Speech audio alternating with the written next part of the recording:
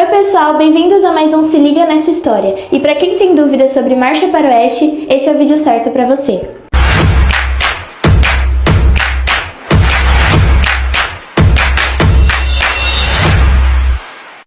A Marcha para o Oeste foi o processo de expansão dos Estados Unidos logo após a sua independência.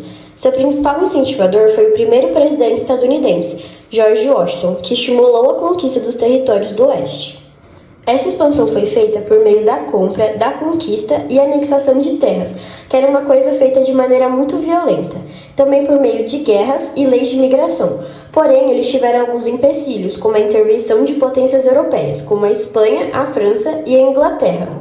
Também teve a resistência de mexicanos e os povos nativos, que sofreram bastante com essa expansão, perdendo suas terras e enfrentando a destruição cultural.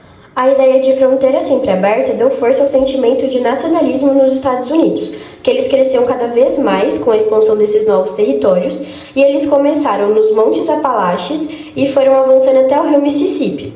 Depois eles foram para as Montanhas Rochosas e finalmente o Oceano Pacífico, que representa a costa do Oeste. Durante o século XIX, a população dos Estados Unidos aumentou muito, devido à chegada de imigrantes europeus, o que fez com que eles exigissem mais terras para a agricultura e mineração, o que incentivava eles a expandir cada vez mais. Essas tensões elas vieram a surgir com o México, porque ainda consideravam o Texas parte do seu território, na qual o Texas estava sendo ocupado por colonos estadunidenses, e esses colonos eles se recusavam a cumprir a Constituição do México. Houve assim uma disputa pelas fronteiras e a ambição dos Estados Unidos em expandir para o oeste, o que levou à guerra entre ambos os países. A conquista territorial ela teve como resultado o Tratado de Guadalupe Hidalgo, que obrigou o México a ceder quase metade do seu território aos Estados Unidos, como a Califórnia, a Nevada, a Utah, o Arizona, o Novo México, partes do Colorado e o Wyoming. A Corrida do Ouro, ela aconteceu logo após a guerra e houve um aumento da população na região, o que acelerou o povoamento da costa oeste, e isso motivou a marcha para o oeste. Os territórios anexados foram a Flórida, a Louisiana e o Texas.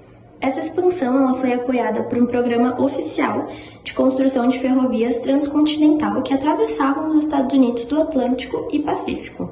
Isso também possibilitou o transporte de gados texanos e o enriquecimento dos grandes pecuaristas texanos. E o resultado dessa conquista foi que os Estados Unidos ficou com um território de aproximadamente 7 milhões e 800 milhões de quilômetros quadrados. Uma ideia que marcou a história dos Estados Unidos. O Destino Manifesto era a crença de que os americanos tinham a missão de expandir o território das 13 colônias para o oeste. Eles achavam que era obrigação deles levar civilização para outras regiões, como se fosse um dever moral. A ideia ganhou força com um jornalista chamado Louis O'Sullivan, que disse que essa expansão era inevitável e até abençoada por Deus. Muita gente pensa que o objetivo era só dominar as 13 colônias, mas não foi bem assim. Os Estados Unidos acabou reconhecendo a independência de várias ex-colônias, a colônia espanhola e a colônia portuguesa. A expansão seguiu com tudo. A história não terminou exatamente em 1812, mas foi por essa época que os americanos derrotaram muitos indígenas e tomaram terras dos mexicanos, consolidando grande parte do que hoje é o território dos Estados Unidos.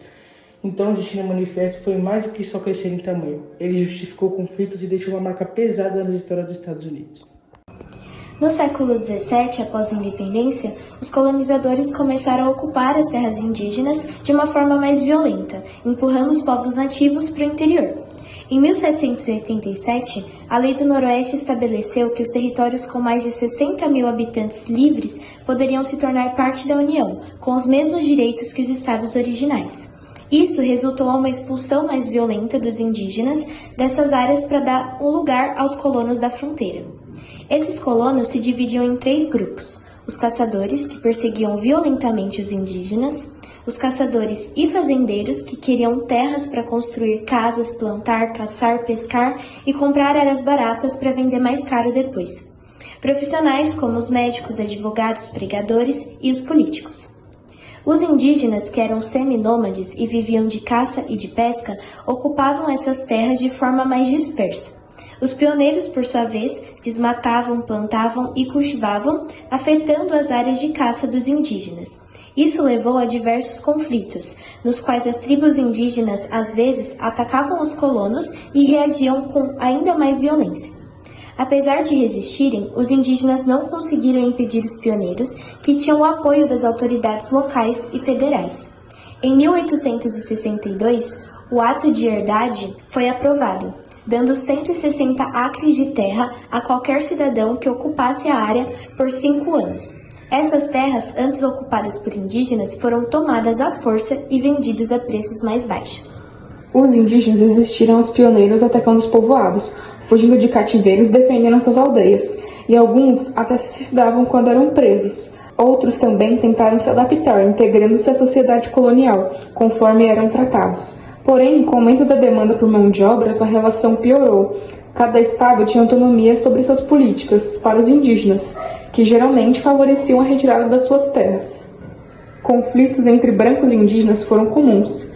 Entre as tribos que enfrentaram os brancos estavam os Sioux, que mataram o general Custer, e os Cheyenne, que lutaram, mas foram derrotados pelo exército. Em 1826, os indígenas foram transferidos para o outro lado do rio Mississippi e confinados em reservas para preservar a sua cultura. Porém, em 1887, a Lei Davis dividiu a terra tribal em lotes individuais, reduzindo o tamanho das reservas. Isso causou grande miséria entre os indígenas, que só começou a melhorar no século XX. Então, galera, esse foi o nosso vídeo. Muito obrigado por ter ficado até o fim. Espero que vocês tenham entendido. E se você quiser ter acesso às informações que foram apresentadas, clica no link da descrição.